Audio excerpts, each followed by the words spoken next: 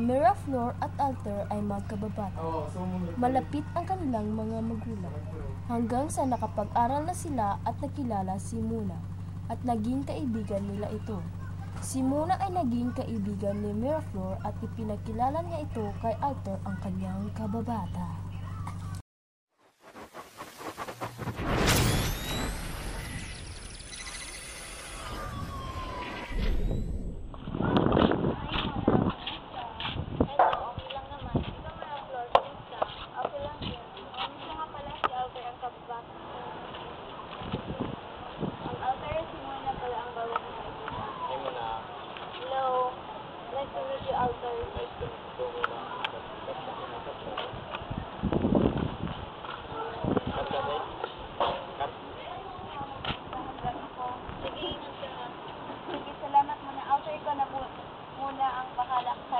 Sige, balik ka agad ha.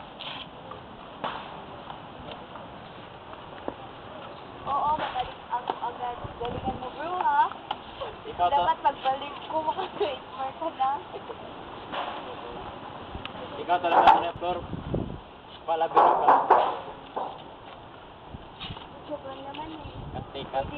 Pero pwede nyo naman tutuhanin, diba? Sige, alis na ako. Una, nasaan ba yung boyfriend ngayon? Boyfriend? Wala na sa akin yung pag-boyfriend na yan. Wala na kasi din yung lalaki niya yan eh. Hindi naman siguro lahat ng lalaki ay hindi matitino, di ba? Sabagay, tama ka rin. Pero ang hirap na kasi maghanap ng matinong lalaki na yun.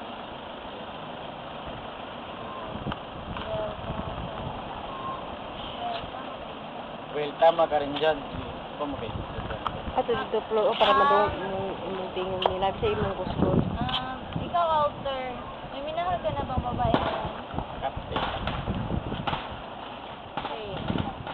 Oo, meron. Kaso lang, hindi ko masabi sa kanya ang aking naramdaman.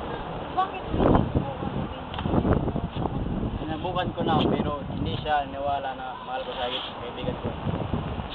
sino ba yung babae na yan? Pwede ko ba siyang malaman? Kasama natin siya kanina, alam mo na yun. You mean? Si Miraflor. Miraflor is the girl that you love? Yes, tama ka. Siya nga ang babaeng minahal ko noon pa. So talaga, luka-luka. Sige na!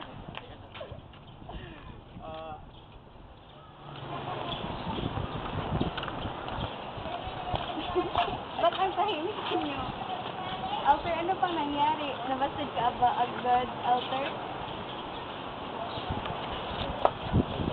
Nakaloka ka talaga minsan. May bibero lang naman eh. Sige, mas mabuti pang pumunta muna tayo sa bahay upang makapag-merienda. Ato mong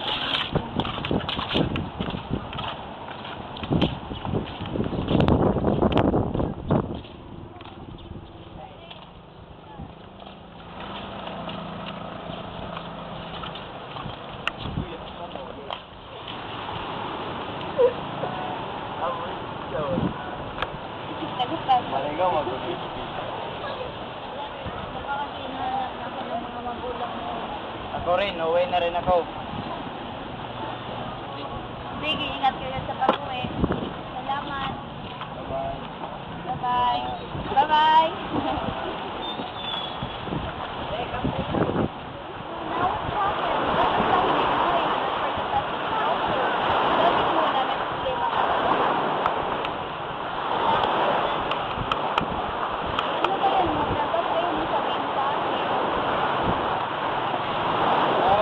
Sabihin mo na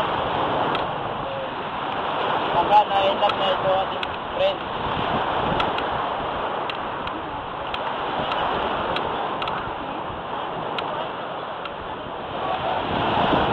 Bakit? Ano ba yan? After may ulat ako para babalik sa'yo. Mahal ko na, wala ka sana. Mahal din naman kita ah. Ano ba bang problema? Mahal kita bilang kaibigan. At saka kinakapatid na kita.